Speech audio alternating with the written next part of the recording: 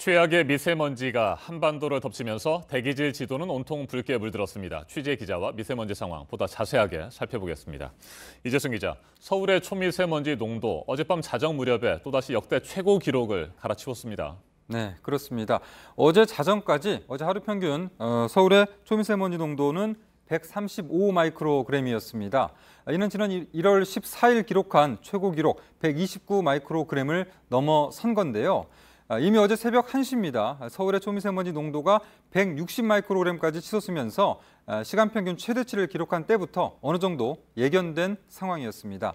오늘 새벽 초미세먼지는 어제보다는 조금 덜한 상태지만 여전히 매우 나쁨 수준입니다. 새벽 5시 기준으로 서울 98 마이크로그램, 경기 113, 전북 130, 광주 131 마이크로그램을 보였습니다. 네, 오늘은 개구리가 겨울잠에서 깨어난다는 경칩입니다. 곳곳에 봄비 소식도 있던데 비가 내리면 조금이라도 미세먼지가 사라지게 될까요? 네, 내일 아침까지 전국 곳곳에 비 소식이 있지만 강원 영동과 제주를 제외하면 양이 5mm 안팎으로 적겠습니다. 따라서 오늘도 고농도 미세먼지는 이어지겠습니다.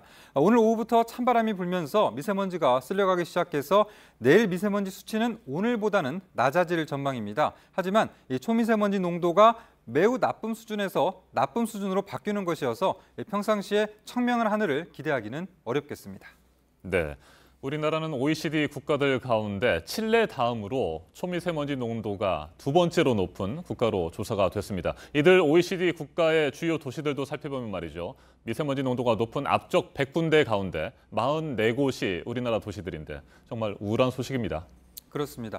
글로벌 대기오염 조사 기관인 에어비주얼이 전 세계 73개 나라의 초미세먼지를 분석한 내용인데요. WHO 권고치는 세제곱미터당 10 마이크로그램인데 지난해 한국은 그보다 2배가 넘는 24 마이크로그램이었습니다. 세계 73개 나라 가운데 27번째인데요. 선진국 모임이라는 경제협력개발기구 OECD 회원국만 따져보면 칠레에 이어서 두 번째로 나쁜 그런 상황입니다. OECD 국가에 있는 도시 중에 공기질이 나쁜 100개 도시 가운데 44곳이 우리나라에 있습니다. 회원국들 가운데 가장 많습니다. 당장 오늘 새벽 4시 반 기준으로 에어비주얼의 세계 공기질을 보면 10위권 안에 우리나라 도시 3곳이 있는데요. 1위는 인천, 5위는 서울, 9위는 부산이 차지했습니다.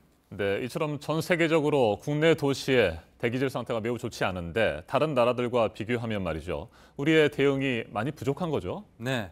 오늘 수도권에 사상 처음으로 엿새째 미세먼지 비상 저감 조치가 내려졌는데요. 최악의 미세먼지 사태를 막고서야 이 모든 조치를 강구해야 하는 우리와 대응에서 차이가 있었습니다.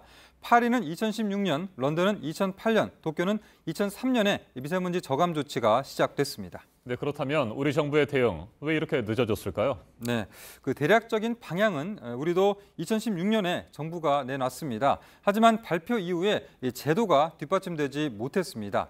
지난해에야 해당 내용이 강화된 미세먼지 특별법이 국회를 통과한 상황입니다. 네, 우리는 비상 저감 조치가 내려지면 5등급 차량, 그중에서도 2.5톤 이상만 운행을 할 수 없게 되는데 그것도 낮 시간에만 그렇습니다. 자, 그렇기 때문에 효과가 크지 않다 이런 비판들이 있습니다. 네, 그렇습니다.